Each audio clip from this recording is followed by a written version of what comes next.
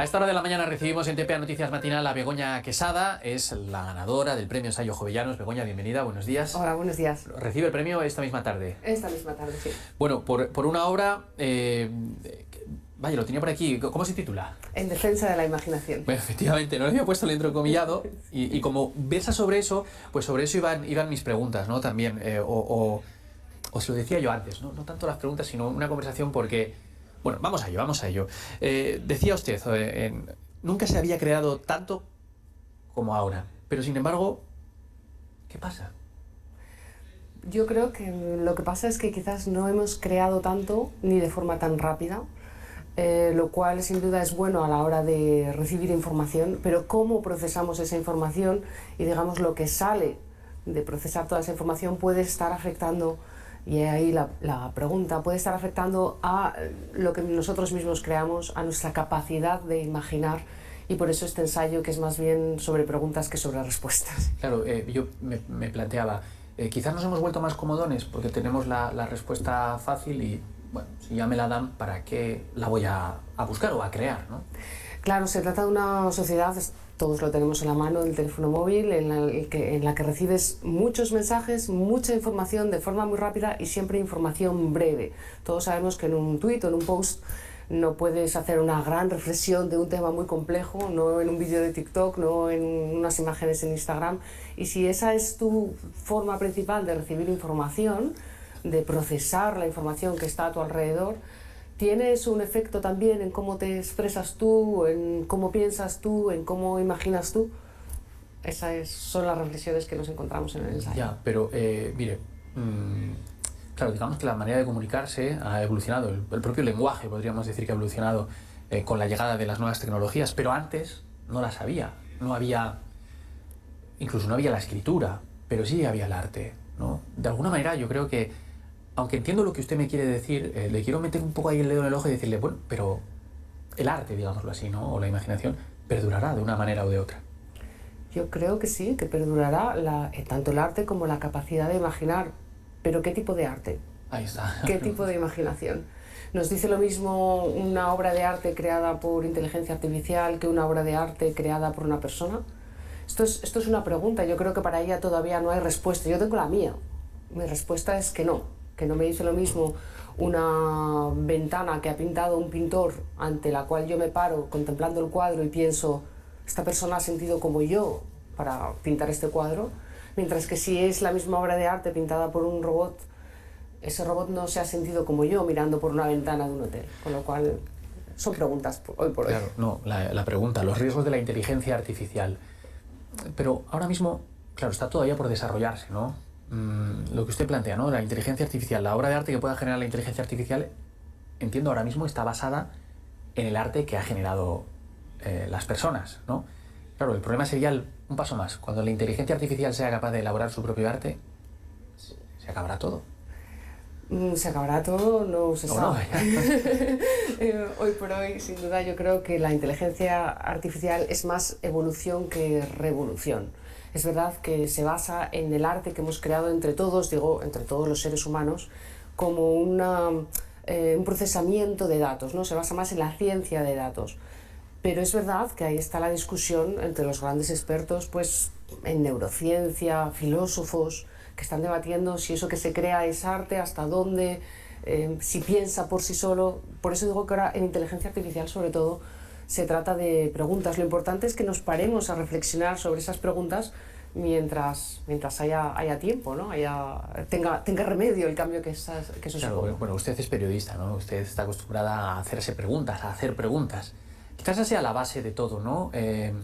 Antes nos preguntábamos muchas cosas, estábamos en el sofá de casa y el universo era la ventana, lo que veíamos. Ahora el universo está al alcance del dedo gordo y la reflexión que yo hago, ¿no? Que le hacía antes a usted también, quizás es que ahora no nos hagamos preguntas porque tenemos las respuestas constantemente. Quizás, pero eso también me parece preocupante, ¿no? Como sociedad, porque si no te haces preguntas, ¿cómo vas a desarrollar tu propio pensamiento, un pensamiento crítico?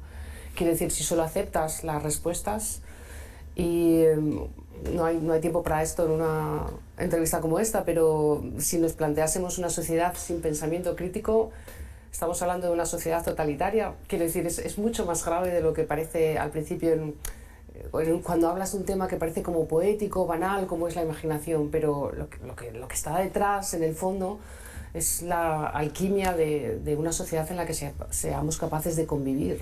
Bueno, es muy interesante lo que dice, ¿no? Si no somos capaces de crear una sociedad crítica, apuntarán los totalitarismos. Quizás eso esté pasando. Quizá eso esté pasando, efectivamente. Quizás esté yendo a una banalización y a hacerlo cada vez más superfluo o descremado la información que nos llega, la forma de pensar que tenemos, cómo nos relacionamos, cada uno en su crisálida, en su cocún, con su pantalla. Sí. Y por eso me parece importante hacer una reflexión cuando todavía estamos a tiempo. Bueno, pero el planteamiento es hondo y es muy profundo. Claro, ahora el bombardeo es tan constante que ¿cómo se le puede poner filtros? Yo defiendo la autorregulación, quiero decir, no me parece sano que ese control esté en manos de una institución o de alguien más, pero sí creo que cada uno de nosotros deberíamos intentar reflexionar sobre lo que nos aporta esa vida digital, que me parece muy importante, me parece fundamental y ya inexcusable, lo que nos aporta y lo que nos quita, pero cada uno en su espacio.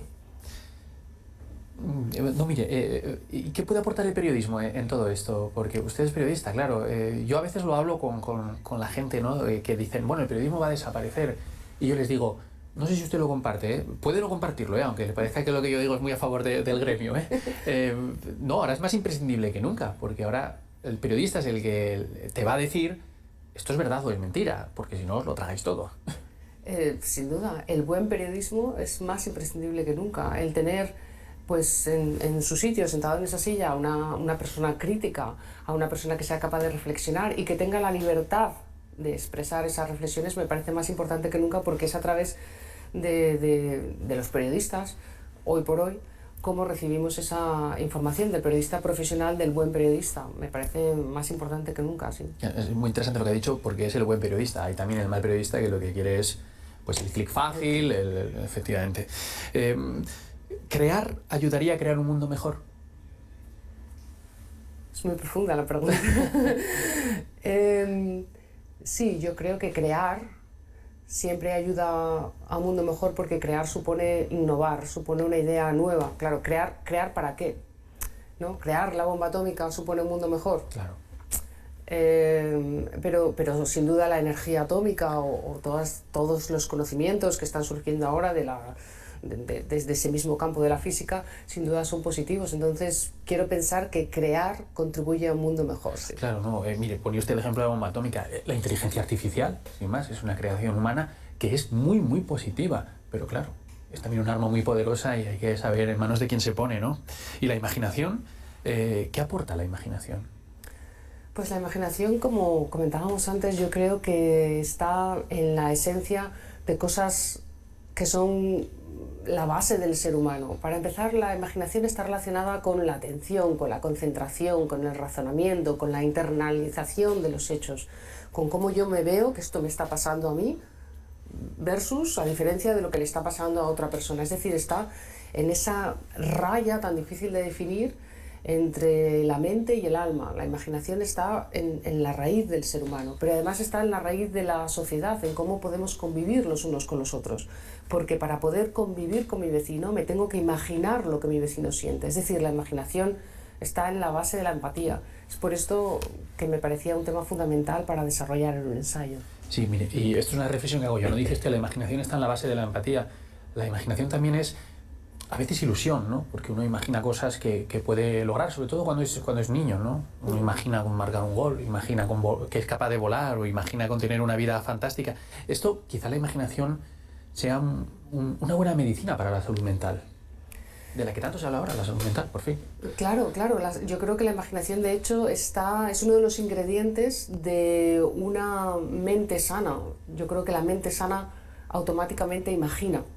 Y es por esto que me parece triste cuando nos coartamos o nos quedamos en ese cuadradito, en ese rectángulo de cristal para que otros imaginen por nosotros, claro, y nos lo den todo hecho. Me parece fundamental para la salud mental, sí, imaginar. Sí, claro. Y de ahí va la siguiente pregunta, ¿no? ¿Cómo podemos fomentar la imaginación? Quizás apagando las pantallas. Sin duda, no dejando que los demás se imaginen por nosotros. Y yo creo, y está también en el ensayo, que una forma clara de imaginar es la lectura, porque en la lectura, sobre todo en una lectura concentrada, y por esto me refiero sencillamente a una lectura no en una pantalla, no en los titulares de una pantalla en un autobús, no algo rápido, sino una lectura concentrada, es la mejor forma de que esa voz narrativa del autor, de que ese autor que nos cuenta cosas, ese escritor que nos cuenta cosas, pues sople en nuestras velas y nos haga imaginar. Claro, en el fondo yo la estoy escuchando, ¿no? Y voy pensando y digo, lo comparto prácticamente todo, ¿no? Pero pienso, quizás esta sociedad va a un ritmo demasiado rápido y planteo, hay que parar. Tenemos que parar para hacer una lectura como la que usted propone, ¿no? Necesitamos, pues hay gente que le dirá, es que no tengo tiempo. Claro, yo creo que es ahí donde, sin duda desde el título, ¿no? En defensa de la imaginación. Eso quiere decir que la imaginación, desde mi punto de vista, porque es un ensayo, necesita ser defendida. Entonces, cada uno de nosotros necesitamos tomar ese tiempo, parar, darle la vuelta al móvil, hacer esa pausa en la que, de la manera que sea, no tiene por qué ser sentarse a leer un libro, puede ser cocinando, arreglando un jardín, en la conversación directa con una persona que tengas cerca, no a través de una aplicación, uno pueda desarrollar esa imaginación de entender al otro, de pensar cómo va a colocar unas flores o cómo va a hacer la próxima cena con los ingredientes que tiene en la nevera. Todo eso es imaginar. Mire, usted hace un ensayo en defensa de la investigación, invitando a soñar. En este proceso se ha encontrado alguien que le haya dicho, no, yo por ahí no voy. No voy por imaginar. Yo creo que hay lo que sí me he encontrado es personas que piensan que imaginan, cuando desde mi punto de vista no es imaginar. Si alguien te da todo hecho, si tú no te tienes que imaginar cómo esa persona baja la escalera, o cómo va vestida, o cómo suena su voz, o cómo reacciona, o cómo mueve las manos, no tienes nada que imaginar. Te lo están dando todo hecho. Entonces, o te dan el principio, te dan el final. Eso es todo lo contrario, digamos, de algunos de los ejemplos que aparecen en el libro, como son los microrrelatos, cuando te dan una frase y tú te tienes que imaginar lo que ocurría antes o después de la frase. O los poemas, la poesía, cuando alguien habla sencillamente de un sentimiento o de una escena, de un hecho muy pequeño, y todo ese hecho tan pequeño, la lluvia, desencadena en ti toda una serie de sensaciones o de recuerdos. Para mí eso es imaginar. Sí, la inteligencia artificial no imagina, ¿o sí? La pregunta sin duda es muy buena, pero yo creo que todavía no hay una respuesta y es debatible. Hay quien piensa que imagina, hay quien piensa que todavía no imagina. De lo que sí estoy convencida es de que la inteligencia artificial no sabe del valor de la imaginación. Me ha gustado mucho la respuesta. Mire, la última, ¿qué se imagina usted detrás del mostrador de una ferretería? ¿Qué me imaginaba yo? Pues me imaginaba, por una parte, qué hacer con todo lo que estaba detrás de ese mostrador, que eran muchas cosas que servían como juguetes a una niña, y por otra parte, intentaba imaginar cómo era el mundo más allá del mostrador. La verdad que da mucho juego una ferretería. Yo cuando entro a una ferretería con mis hijos imagino muchas cosas, te lo aseguro. Pues Begoña Quesada, Premio Ensayo Jovellanos por esta obra en defensa de la imaginación. Invita a soñar. Muchas gracias por compartir con nosotros sus reflexiones y por presentarnos este libro que es tan interesante. Muchas gracias. Gracias a vosotros.